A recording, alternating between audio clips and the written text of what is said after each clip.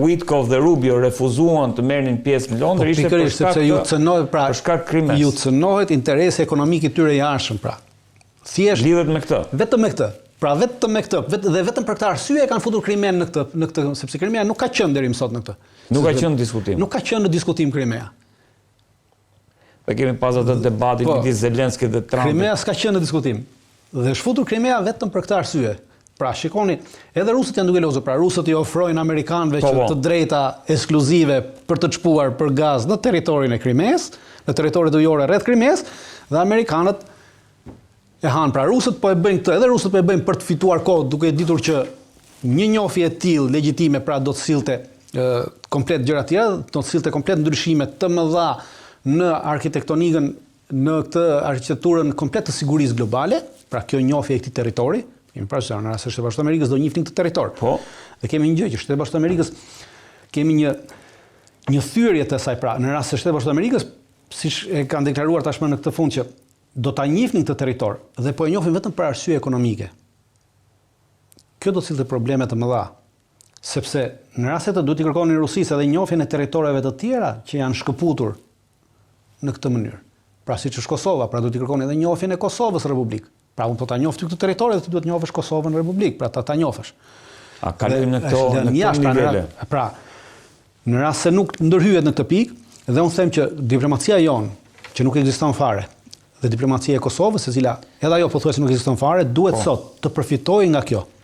Pra duke qenë se ka dalë tashmë publikisht çështja e Krimes, duhet që Kosova dhe Shqipëria t'i kërkojnë Shtetet Bashkuara të Amerikës që të fusin në këtë në këmbim të kësaj pra të njëjtat e Kosovës. Pra në rast se juve po e fusin, pra nuk e kemi futur neve, e kanë futur vetë amerikanët Krimen, pra nuk po i kërkojmë neve, pra duke qenë se amerikanët e kanë futur në lojë Krimen, njohin e Krimes vetëm për interesat e tyre ekonomike, atëherë ty kërkojmë që ta fusin edhe këtë. Pra në rast se neve ju njohin Krimen, okay, juve përveç do na jepni këto drejtat ekskluzive të kërkimit, të shpimit, duhet edhe të juve të njihni njëkohësisht edhe Kosovën që është largimi i tillë, sepse para 2 javësh Putini deklaroi që nëse mbani mend deklaroi për një qeveri të OKB-s në dhe ku u mbështet? U mbështet te qeveria e OKB-s në Kosovë, e përcakton qartësisht. Sa me të njëjtin model dhe me të njëjtin vendim, pra të përafërt siç u vendos për qeverinë e OKB-s në ish Jugosllavi, në vendet e ish Jugosllavisë. Pra nuk e përmendi specifikisht Kosovë, Bosnjë, po në vendet e ish Jugosllavisë, po në këto 2 vende ka pasur qeveri të OKB-s, në Bosnjë dhe në Kosovë. Pra, ai referohet kësaj. Për sa kohë referohet edhe ne duhet ta shfrytëzojmë. Okej, në rast se ti do kështu, atëherë edhe ne duam të përfitojmë, sepse këtu do lëvizi pra çështja e sigurisë globale do diskutohet. Duhet të përfitojmë. Në rast se nuk përfitojmë edhe në këtë rast, ne do të kemi probleme. Pra, në rast se neve ecim akoma që jo sepse kjo i shkon për shtat atij. Po normalisht që këtu kemi politikë secili do bëj atë që i shkon për shtat. Pra në rast se atij shkon për shtat, edhe mua më shkon për shtat, ky është përfitim dypalësh. I vetmi që e sjell në debatin publik të drita, ndërkohë që diskutohet kjo çështja e njohjes së Krimes nga Shtetet Bashkuara të Amerikës, a duhet apo jo të përfitojnë shqiptarët nga kjo histori me Kosovën. Ndërkohë, Dritan, ndërkohë që kemi patur këto, ajo që më bëri përshtypje është që Rubio edhe apo të paktën në Londër, Zelenski u shpreh i prerë për sa i përket Krimes dhe jo vendeve të tjera të pushtuara nga Rusia. Ndërkohë kemi pasur Klitschkon dhe zëra brenda Ukrainës që flasin që për ta lidhur një paqe duhet lëshojmë edhe territore. Në çpik jemi për sa i përket, thash vazhdojmë mbetemi tek plani për paqe. Çështja e Krimes është një çështje për cilën Zelenski këtu në këtë mes është i nxitur nga anglezët kryesisht dhe nga francezët, të cilët kanë interesa të tyre në bazat ushtarake që ndodhen në Krime. Pra kanë interesa në detin e Zi. Po, sidomos anglezët. Kërkojnë kontrollin e detit Zi, sidomos anglezët. Pra në rast se Shtetet Bashkuara të Amerikës e njohin, pra ja legjitimojnë marrëveshje dypalëshe, pra unë e njoh si territor tëndin, automatikisht gjithë ky territori rreth ujor legjitimohet si territor i Rusisë. Dhe është e pamundur të navigohet pastaj çdo vend tjetër pa leje të Rusisë. Pra, sot to janë ujëra të kontestueshme, nesër nuk do të jenë të kontestueshme, pra. Është qartë. Është e tillë. Dhe mbaron kemi pra, kemi një problem dhe e dyta kemi një problem sepse në rast se ti legjitimon sot këtë. Pra, automatikisht i jep një bazë qëndrimi për territoret e tjera të cilat i ka marrë dhe menjëherë pasaj kemi deklaratë të Peskovit. Dhe deklarata e Peskovit kësaj radhe ishte një deklaratë pra e zëdhënësit të Kremlinit. Ishte për herë të parë në këto 3 vite Në këto 4 vite, Peskovi drejtohet komplet i territori si Nova Rosia. Pra deri më përpara, në rast se kemi të gjitha deklaratat e tij kanë qenë për territoret e aneksuara në bazë të referendumeve të bëra me datë kaq. Kurse sot nuk thot më për këtë. Po deklaratën që bëri pas kësaj deklarate të Zelenskit, tha që neve nuk heqim dorë dhe nuk kemi të rreqim mbrapa nga territoret e Nova Rosias. Po Nova Rosia nuk përfshin vetëm këto 4 vende që këta kanë marrë. Nova Rosia përfshinte edhe Kharkivin, edhe Chernivin, pra Nova Rosia shtrijej përfshinte Odesën, Mikolajevin, Zaporizhen, Pokrovskin, Kupianskun, Kharkivin, Sumin dhe Chernivin këtu. Kjo ishte Nova Rosia e gjitha, që shtrijej kështu. Ne nuk heqim dorë nga Nova Rosia. Dhe u quhet Nova Rosia sepse Katerina e Madhe, e Rusisë, kur ja mori perandorisë osmane, gjithë territor e quajti Nova Rosia. Dhe kjo quhet Nova Rosia. Pra, deri më tash nuk ishte referuar asnjëherë si Nova Rosia, zëdhënësi i Kremlinit me deklaratë zyrtare. Për herë të parë, i referohet si Nova Rosia. Pra, kjo do të thotë që nuk heqim dorë nga Nova Rosia dhe ajo do bëhet e Rusisë sërish, do të thotë që edhe Odesa edhe Mikolev do të kalojnë aty. Pra, ata do luftojnë derisa të marrin Odesën, ajo që kemi diskutuar më parë. Pra, fitore për ta është marrja e Odesës, nuk është marrja e këtyre territoreve. Po edhe në Odesa, futen si marrën e Odesës, hyn këtu, po morën Odesën, kjo pjesë, shikoj Odesa.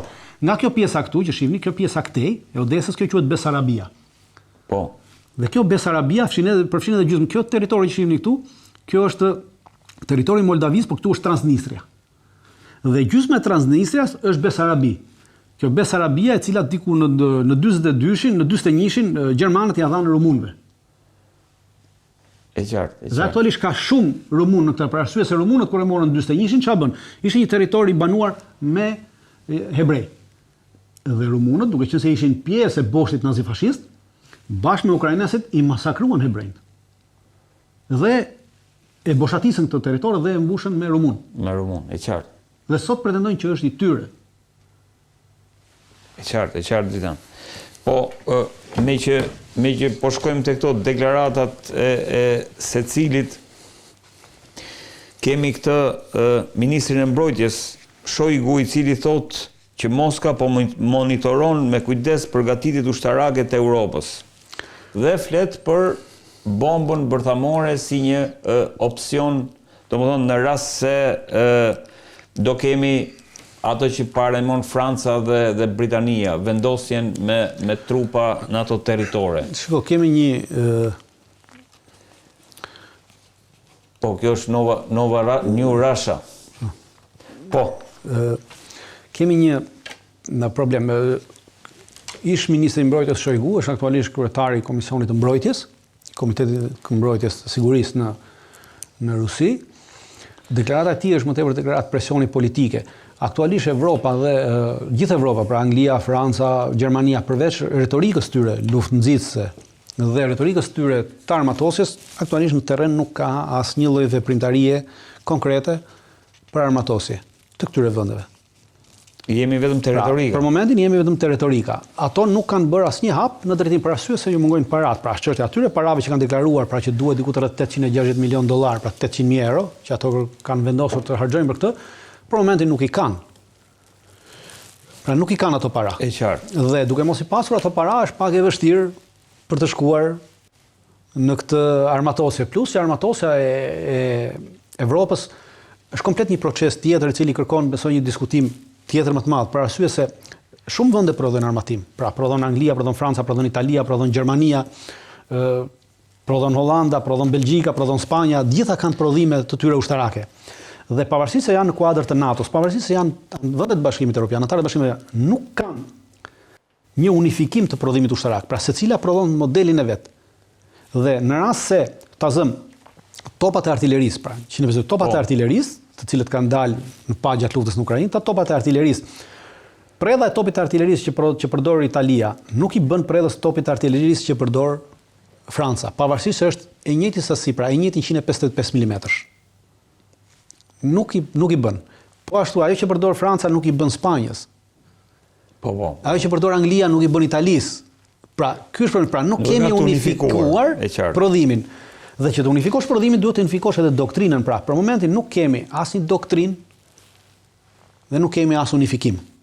Pra është dhënë që secili të prodhoj. Pra edhe në rast se do të prodhoj, kjo nuk do të sjellë asnjë gjë. Pra nuk mund të sjellë një rrezik në atë. Por deklaratat e Shoigu janë deklarata presioni politik që shikon neve në çdo kohë, në rast se juve ndërmerrni pra në atë aspektin e ka cekur armët bërthamore, duke e bazuar mbi deklaratat e Francës, e cila kërkon të vendosi raketa bërthamore në Gjermani, pra duke bërë këtë mbrojtjen, duke ofruar territoreve. Pra kjo është pasojë e kësaj këtyre, pra thjesht jemi në nivelin e deklaratave politike nga të dy anët të presionit politik. Veprimtari konkrete të armatosjes aktualisht nga Evropa nuk ka, sepse nuk ka kapacitetet për momentin dhe edhe në rast se në momentin që i gjen këto para duhet që të rrisi kapacitetet e prodhimit. Nuk i ka rritur as pak kapacitetet e prodhimit. Pra nuk kemi hapje të fabrikave të reja, të linjave të reja të prodhimit. Pra nuk kemi asgjë për momentin. Kemi thjesht një retorik luftë nxitëse, armatose, po vetëm retorik politike dhe presioni politik. Për momentin nuk ka lëvizje në atë. Dhe këto e vërtetën prasisht është letra e ambasadorit Ukrainas, i cili kërkon 30% të asaj që ka aktualisht Gjermania. Në rast se do të kishim atë do thoshit 30% të asaj që juve do prodhoni. Prodhim s'ka nisur në asnjë vend. Prandaj them që ajo e Shoigut mbetet thjesht në nivelin e presionit diplomatik dhe politik. Po monitorojmë Europën thotë. Normalisht, shikoj të dyja, do të kemi një parasysh, të dyja palët janë duke, të dyja palët, pra monitorimi në këtë luftë ka nisur, pra monitorimi rusët e kanë nisur monitorimin e Evropës prej vitit 2008. Kur për herë të parë Putini deklaroi që në konferencën e Meniut që ishte ftuar dhe që tha ndaloni armatosjen e vendeve anëtare të NATO-s që janë që kanë qenë ish anëtare të Tratatit të Varshavës, pra në lindje të Evropës. Që në atë moment Rusia ka nisur vëzhgimin e plot të armëve, të armatimit të doktrinave, studimin total të fuqive ushtarake të gjitha vendeve evropiane. Dhe në bazë të kësaj ajo ka bërë riorganizimin dhe ka nisur rimodernizimin e ushtrisë së saj. Kurse evropianët e kanë nënvlerësuar në çdo kohë Rusinë dhe vetëm në vitin 2022 kur Rusia ndërmori luftën, atëherë u zgjuan pjesërisht dhe atëherë filluan ta monitorojnë tashmë edhe ata po e monitorojnë veprimtarinë ushtarake të Rusisë dhe industrinë e saj ushtarake. Deri në atë moment e kishin nënvlerësuar në zero, pra thoshin s'ka mundësi, nuk e bën dot. Dhe tashmë kanë filluar, pra monitorimi është nga të dyja anët. Kur e pyetën Trumpin dje që i thanë që po ti çfarë koncesioni po i merr mbrapsh Rusisë me gjithë këto oferta që po jep në planin për paqe me Ukrainën, përgjigjja ishte po koncesioni më i madh që po na bën Rusia është që nuk po pushton gjithë Ukrainën. Ne kemi thënë në këtë studio, e kemi deklaratë Trumpit është pak shumë, nuk e pushton dot gjithë Ukrainën. Nuk ka kapacitet për ta pushtuar gjithë Ukrainën, do të kemi një gjë parasysh që gjatë luftës së dytë botërore për të pushtuar gjithë Ukrainën, rusët ju duhet të përdorin dhe arritën të përdorin diku të rreth 1.700.000 forca. 1.700.000 në Ukrainë. Të mbështetura nga këto, pastaj nga diku të rreth 4 milion forca të tjera brenda Rusisë. Pra 1.700.000 në gjithë Ukrainën për të luftuar kundër Wehrmachtit gjerman. Edhe sot, për të marrë Ukrainën, aktualisht kanë në Ukrainë 660.000 forca. Për ta marrë gjithë Ukrainën sot, i duhet 3 fishi i këtij forcave. Pra i duhet diku të rreth 2 milion forca. 2 milion forca. Sepse ka ndryshuar teknologjia, pra në atë kohë teknologjia ishte tjetër, sot teknologjia tjetër. Sot për shembull, dronët FPV, pra dronët e prodhimit të vogël që përdorin edhe fëmijët, ato dronë të vegjël, sot janë kthyer në dron kamikaz dhe pothuajse po zëvendësojnë deri diku artilerinë, dhe duke qenë se Ukraina ka mungesë të madhe të artillerisë toksore, të gjitha niveleve, pra të gjitha të artillerisë me rrezet mesme, me rrezet shkurtë, me rrezet gjatë veprimi, po i zëvendëson ato me anë të dronëve. Pra artillerinë është duke zëvendësuar me anë të dronëve. Dhe pra kemi një lëvizje tektonike të llojes të industrisë ushtarake dhe të nivelit të përdorimit të armatimeve ushtarake. Dhe në rast se atë kohë për 1.700.000 mori Ukrainën, sot më e pakta i duhen 2 milion për ta marrë Ukrainën. Nuk i ka këto, sepse gjithë ushtria ruse ka 2.500.000 forca.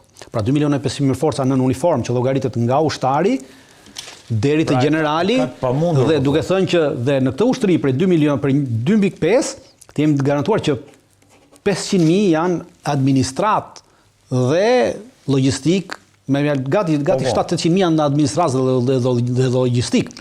Pra e ka të pamundur që ta marrë sot Ukrainën. Pra deklaratat e Trumpit janë deklarata politike duke për të justifikuar, thash, marrëveshjet e tij të fshehta që ka bërë për çështje të çmimeve në Krime. Pra ndaj po ofron kështu sepse po merr këto gjërat e tjera. Por unë po them që po merr pak për ato që po ofron. Prandaj edhe i ngul këmbën ata që duhet të kërkojë më shumë, duhet të fusi edhe Kosovën në këtë lojë. Pra ne duhet të ndikojmë që ta fusi të njofjen e Kosovës. Tjetë edhe Kosova dhe mbyllet kjo. Pse duhet të jetë Kosova tani? Po i kthejmë sërish dhe më fal që po të marr kohën kjo. Jo, patjetër. Pse duhet Kosova? Sepse e para mbyllet problemi me Kosovën, pra Kosova në rast se e njeh Rusia, automatikisht Rusia është antar i Këshillit të Sigurimit dhe po njohë Rusia në Këshill të Sigurimit e njeh. Amerika ka njohur, e njeh edhe Kina dhe vende të tjera dhe Kosova bëhet antar e Këshillit të Sigurimit direkt e mbyll këtë proces. Dhe e dyta, në momentin që Rusia e njeh këtë, automatikisht fusim një armiqësi ndërmjet Rusisë dhe Serbisë. Pra nuk ka më misimin të tyre. Për shkak të kësaj njohje. Sepse është goditje direkt për Serbinë. Dhe Serbia mbetet aleanca midis Rusisë dhe Serbisë është e lëkundshme pastaj. Nëse merret ky vendim nga ana e Rusisë, po edhe sikur të shkojnë në Këshill të Sigurimit, sikur Rusia thotë po ne e njohim dhe të shpallin njofjen e Kosovës në këtë rast, për shkak se ata po njohin Krimen, automatikisht të kemi një prishje të marrëdhënieve midis Serbisë dhe Rusisë. Po, ai është. Pra ne përfitojmë, ne në këtë mes ne jemi përfituesit më të mëdhenj nga të gjitha aspektet. Por ne po heqim dorë, pra po sakrifikojmë veten për shkak janë gjumë apo të fuqive globale. Jo, është ky servilizmi që ne kemi dhe heqja e kësaj që neve po zgjidhim probleme globale. Pra, ne nuk mund të zgjidhim këto probleme globale. Ne jemi një fije floku në këtë Dakor. Ne jemi një fije floku. Dhe ne duhet kujdesim për flokun ton. Ne nuk mund të hiqemi se neve sakrifikojmë veten për globin. Jo, ne nuk mund të sakrifikojmë veten për globin.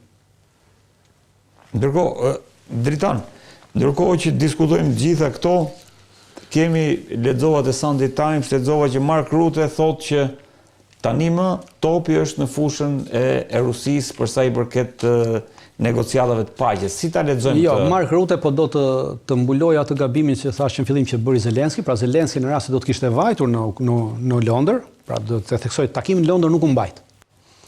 Pra në rast se Zelenski do të kishte vajtur në Londër, do të kishte thënë që okay, parimisht jam dakord, parimisht. Po. Ka shumë gjëra për të diskutuar, po parimisht jam dakord. Po dua të dëgjoj çfarë mendimi kanë rusët. Atë moment do ishte në lojën në topin në derën e rusëve. Në moment që Zelenski vuri vizë ku i tha nuk ka jo vetëm Krimea, tha pa asnjë territor nuk i njihet Rusisë, automatikisht topi nuk është më në derën e rusëve. Topi ka mbetur në derën e ukrainasve dhe ju ka bërë nder rusëve për këtë, sepse tashmë rusët do thonë, shiko, ne ishim të gatshëm, pra ne i premtuam, pra i premtuan të gjitha, dhe ne ishim të gatshëm për paqe. Është Zelenski, i cili nuk është i gatshëm për paqe, dhe ky Rutte tash po mundohet me çdo mënyrë të mbulojë gabimin diplomatik të Zelenskit. Edhe Macroni në fakt të gjitha, ne kemi rënë dakord amerikanët kanë rënë dakord, ne kemi rënë dakord. Vetëm Putinit duhet që e gjithë bota ta kuptojë që ai që s'bie dakord për disa gjëra është po se shpreh se këtu është gjithë problemi. Pra këta po ngren një ide e cila nuk ekziston. Pra, deri më tashmë plani i tyre është kundërshtuar nga Zelenski. Po, për Krimen. Ai që ka kundërshtuar planin është vetëm Zelenski, për momentin. Pra nuk kemi kundërshtim, s'kemi deklaratë nga ana e rusëve, nga ana e Putinit. Pra si mund të themi që ai që kundërshton kanë kërkuar vetëm njojën e territoreve dhe kanë qenë dakord. Jo, nuk kanë qenë dakord, është ajo shkrimi që ka bërë Sunday Telegraph dhe to që thonë që rusët e ka përnjështruar Peskovi. Pra Peskovi ka dalë. Financial Times. Po edhe Financial Times ka përnjështruar Peskovi, që nuk aktualisht Rusia nuk ka marrë asnjë lloj vendimi dhe nuk ka kthyer asnjë përgjigje Witkofit për këtë. Doli me deklaratë zyrtare, pra. Deklaratat e mediave evropiane deri tani jemi te pika e ofertave që jemi te kjo pikë e ofertave, varet se si do të reagojë. Unë nuk besoj që ata rusët do ta pranojnë. Normalisht prandaj thashë duhet të loste Zelenski sepse pjesë e këtij plani ishte futja e forcave evropiane dhe normalisht që aty rusët kanë vënë vit kuqe, pra duhet të loste Zelenski në këtë lojë. Zelenski e dështoi planin, sepse nuk di të lozi diplomatikisht, pra nuk e ka haberin e kësaj pune. Ai është thjesht një aktor, po jo aktor diplomatik. Nuk pranon kapitullimin e Ukrainës. Po nuk është çështje kapitullimi. Nuk po çështje kapitullimi në këtë mes, pra nuk po diskutoj kapitullimi, nuk po diskutoj që në këtë marrëveshje e paqes që ishte ofruar nuk diskutoi as sasia e ushtarëve ukrainas që do të qëndronin, as sasia e armatimit. Nuk ishte pjesë e diskutimit. E qartë. Pra duke mos qenë pjesë e diskutimit, ti nuk mund thuash që unë nuk e pranoj kapitalizmin, ai doli tha unë nuk pranoj kapitalizmin dhe nuk mund të tregoj Rusia se sa ushtar do mbajmë neve. Po si ishte pjesë kjo? Pra të flasësh kuturu, për atë çka nuk është pjesë, do të thënë që ti nuk merr vesh as çka flet, pra vazhdon të marrësh një qendrim idiot. Ai duhet të qëndronte asaj, pra ajo marrëveshje që ka dalë, që e mbëndoi Sandi Telegraf dhe Telegrafi, nuk parashifte në asnjë pikë të saj diskutimin për çështje të trupave. Pra sa trupa duhet kishte Ukraina, sa ushtri duhet mbajë Ukraina, sa armatim duhet mbajë Ukraina. Nuk diskutohej kjo gjë. E qartë. Pra, është Zelenski po thua që po ja bën favor Trump, që ti themi asaj që absolutisht Zelenski po i bën një favor politik Trumpit në mënyrë që Trumpi ta përdori këtë, ta thash, në të gjitha arsyet Trumpi këtu deli fituar, sepse në fund fare Trumpi mund thotë që ne u tentuam, ju ofruam palve dhe Ukraina nuk pranoi, Rusia s'pranoi, ne po tërhiqemi. Pra në atë që ne tashmë tërhiqemi nga kjo dhe le të merren evropianët me këtë punë. Pra në të gjitha pikët, në të gjitha pikët Trumpi deli fituar në këtë mes. Në të gjitha. E qartë. Ndërkohë, regjia duhet kemi aty fotot e reagimeve të Trumpit, një për sa i përket Vladimir Putin dhe tjetra për sa i përket Rusisë. Jetë 5 rreshta ka shkruar për Putinin, drejtan dhe shiko që ka bërë për Volodymyr Zelenski. Pikërisht, prandaj thash, prandaj dhe kjo që ka bërë për Volodymyr Zelenski hedh poshtë deklaratat e Mark Rutte dhe deklaratën e Macronit. Pra i nxjerr blof Mark Rutte dhe Macronin. Pra është Ukraina. Pra është Ukraina, së deri tash Rusia nuk është shprehur. Pra Rusia nuk është shprehur fare aktualisht. Dhe ata thonë që dhe ata të dy thonë që Putini po refuzon. Kur nuk është shprehur, ti nga e di që po refuzon. Ai do refuzoj normalisht, ne ajo di sepse ai nuk pranon trupa evropiane në atje. Por nuk është shprehur. Nuk e fut absolutisht, pra deklarata e Trumpit nxjerr blof edhe Macronin edhe Rutten. Pra do të thënë që aktualisht kemi që Trumpi po i përdor edhe evropianët, edhe Zelenskin, edhe Putinin thjesht për përfitimin e tij ekonomik në radhë parë, pra në rast se do të ketë, dhe në radhë të dytë për përfitimin e tij politik. Pra, Dritan, nëse nuk do kemi një paqe, dhe nuk e di se si e shikondja, do kemi një paqe shpejt apo jo. Do të thotë, sipas Trumpit, kjo do ta zgjas the killing field, fushën e vrasjeve, dhe askush nuk e dëshiron këtë. Jemi shumë afër një dielli, por njeriu i cili është vendosur për ta luajtur këtë, duhet tani e ka fjalën për Zelenskin, duhet tani të marrë përsipër përgjegjësitë dhe ta realizojë. E para, pra, mezi po pres që të ndihmoj dhe Rusinë dhe Ukrainën që të dalin nga kjo. Trumpi është duke lozur, është përfituesi i vetëm i gjithë kësaj katrahore është Trumpi. I gjithë kësaj. Nuk ka përfitues tjetër në këtë mes. Për momentin përfitues diplomatik, pra në këtë aspekt, të kësaj marrëveshje po flasim, jo në aspekt të luftës. Në aspekt të luftës përfituesit janë rusët. Po, në aspektin e kësaj që është ofruar tashmë është vetëm Trumpi. Unë do të dëshiroja dhe do mendoja që Zelenski të ishte edhe të loste edhe aktorin diplomatik. Pra në aspektin që të thoshte, ok, e heqim nga diskutimi krimen, dhe hajde ulemi flasim për gjithë gjërat e tjera. Pra heqim nga diskutimi krimen. Hiqeni nga kjo krimen, nuk diskutojmë për krimen tashtë, por deklaratat e tij që ne nuk do ta shoh, nuk do pra edhe po merr një qendrim. Pra nuk duhet të merrte një qendrim të prerë, duhet edhe ai të loste. Po ai nuk di të lozi. Tu është gjithë problemi. Nuk di apo po luan për interesa ai nuk di të lozi.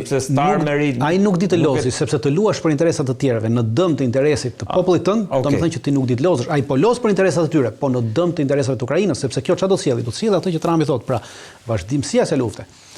Do të sjellë rritjen e vrasjeve nga ana ukrainase, do të sjellë humbje më të madhe të territorit të Ukrainës dhe nesër kur të riunë, Ukraina do të jetë më e prekur. Andaj edhe sot kemi zëra si punë Klitschko, si punë tjerë që thonë, shiko, ta mbyllim më pra. Të heqim dorë nga kjo në aspektin e kësaj, okay, ti ke këtë territor, unë nuk të njoh juridikisht, faktikisht i mbaj dhe hajde ndërpresim luftën. Drita sa afër jemi një paqe, nuk ka paqe afër, nuk ka për të pasur paqe tashmë afër, ka edhe 2025 do mbyllet me luftime, nuk ka asnjë mundësi që palët të bien në ujdi për të mbyllur një paqe ose për të vendosur një armë pushim afatgjat, nuk ka për të pasur. Përgatitjet, pra, edhe përgatitjet nga ana e Ukrainës, pra siç thash, ardhja e këtyre avionëve me armatim në këtë periudhë përgatitet për një ofensivë e cila mund të fillojë gjatë verës, pra, me ofensivën gjatë verës, kjo e shtyn për arsye se në rast se Ukraina do marrë një ofensivë e cila do zgjasë 2-3 muaj, minimale kjo ofensivë, aq sa duhet zgjasë normalisht, atëherë Rusëve duhet të përgatisë një kundërofensiv në këto territore dhe mbrojtje, e cila edhe atyre do ju zgjasë edhe 3-4 muaj tjerë, pra për erdhi fundi 2025-s dhe hym në 2026-s. Pra 2025-a nuk mbyllet. Dhe pasi të harxojnë gjithë këto armatime, atëherë kur të harxojnë këto armatime në fund të 2025-s që nuk kanë më nga marrin armatime të këtë sasie dhe këtij niveli, pra që po marrin, sepse Evropa nuk ka kapacitete ta zëvendësojë Shtetet Bashkuara të Amerikës së Bashkuar, automatikisht do kemi dorëzim nga ana e Ukrainës, thotë hajde ulemi, hajde do kemi dorëzim terren, do kemi ulje dhe do i shkojmë brenda një periudhe 6 mujore drejt një paqe. Pra vetëm 2026 mund të flasim për arritjen e një armë pushimi, po jo për një paqe. Për arritjen e një armë pushimi afatgjat. Deri në 2026 nuk ka për të pasur as pushim as paqe. Deri në këtë ujëra. Ndërkohë, Dritan, shkojmë pak në linjen e mesme, do doja ta nisja me një deklaratë Netanyahu në fakt, i cili pak a shumë tha që e vendosi Izraelin pak a shumë si mburoj për Europën në raport me pretendimet e Iranit. Pra, e vendosi Izraelin si Ukraina. Pra, në një farë mënyrë e tha që një rrezik i madh, siç e pret Europën nga Rusia, e pret edhe nga Irani nëse juve do të vazhdoni të mos ta mbështesni. Rasti fjala vjen i kryeministit të Spanjës që ka anuluar blerjen e disa armatimeve nga një kompani izraelite, është një sinjal që Europa ka një Macron që ka shkuar në Egjipt etj. Si e shikon këtë?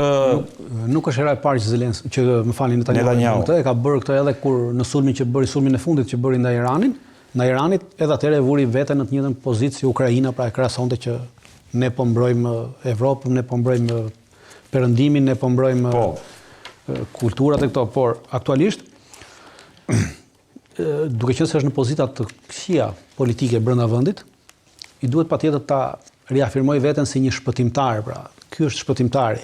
Si më them, ky është Skënderbeu. Po, sa i kësaj pune. Pra dhe ky po mbron Evropën, nuk ka asnjë kërcënim dhe as ka pasur ndonjëherë Evropa kërcënim nga Irani, pra se e para është nuk është Irani, nuk është Rusia në asnjë lloj kapaciteti, pra as ushtarak, as diplomatik, as politik, atëra që të rrezikoj. E dyta, edhe nga ana gjeografike, Irani është diku të rreth 3000 kilometra larg Evropës, pra nuk ka asnjë kapacitet që të ndërhyjë dhe të jetë në kufit, nuk ka pasur asnjëherë prezencë iraniane në Evropë siç ka pasur prezencë ruse gjatë luftës së totë në gjysmën e Evropës dhe e ka kontrolluar atë, pra nuk ekzistojnë të gjëra. Dhe i duhet totalisht të justifikoj, pra sepse dhe po e akuzon Evropën për shkak të këtij armatimi që u tha që nuk blen, për arsye se ky armatim nuk po përdoret në një luftë kundër Iranit. Nuk është se Izraeli është në luftë me Iranin. Jo, nuk po bën luftë me Iranin. Në gjendje lufte është, por nuk është duke bërë një luftë me Iranin. Dritan, nëse e humbim këtë betejë me Iranin, vendet perëndimore do të kenë radhën. E kemi thënë edhe një herë. E kemi thënë një herë. Netanyahu dhe Izraeli, pra shteti fashist i Izraelit, po mundohet me të gjitha mënyrat dhe me të gjitha format që të pengojë çfarë do lloj marrëveshje të mundshme midis SBA-s dhe Iranit në Oman. Dhe po i përdor të gjitha format dhe mënyrat. Pra e para po përdor presionin diplomatik. Pra që Evropa të ngrihet dhe të mos i kërkojë, të mos e mbështesë Amerikën në këtë ndërmarrje që ka marrë në bisedime me Iranin. Po. Madje edhe kjo lufta me Heksethin thonë është nga që Hekset nuk do një luftë me Po shikoj janë ndarë në Shtetet Bashkuara të Amerikës, administrata amerikane është ndarë në dy grupe. Pra është një grup i cili vazhdon të mbështesë idiotësinë e nazizmit izraelit për luftë dhe është një grup i cili është kundra. Pra grupi që është kundra, në grupin që është kundra përfshihen ministri i mbrojtjes, pra Departamenti i mbrojtjes. Prandaj po sulmohet, nga arsye që po shefja e Këshillit të Sigurisë Kombëtare që është Tulsi Gabbard. Pra këta dy janë kundra. Dhe janë kundra për arsye se këta dy vinë nga ushtria. Pra këta janë njerëz me eksperiencë ushtarake.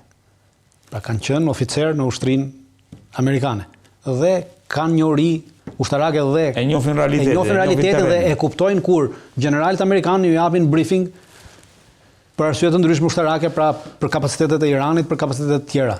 Dhe e dinë dhe e kuptojnë më mirë, kurse një si Marco Rubio, i cili vazhdon të nguli këmbë, por është detyruar të zbatojë politikat e presidentit, pra është në grupin e njerëzve të cilët kërkojnë të sulmohet Irani dhe ta zgjasojë Irani, nuk kupton asnjë gjë nga ana e asaj çfarë mund të shpjegojë një ushtarak, se ka haberi. Prandaj këtu kemi një luftë të brendshme edhe midis brenda asaj. Dhe po kërkon të vendosi pra të prishë me çdo kusht dhe të ngrejsh evropianët, të cilët nesër pse do t'i ngrejnë në këtë? Që çfarë lloj marrëveshje që të arrijë Amerika? Evropianët thonë ne nuk e njohim të marrëveshje. Pra që ti vëri duke mos e njohur këtë marrëveshje,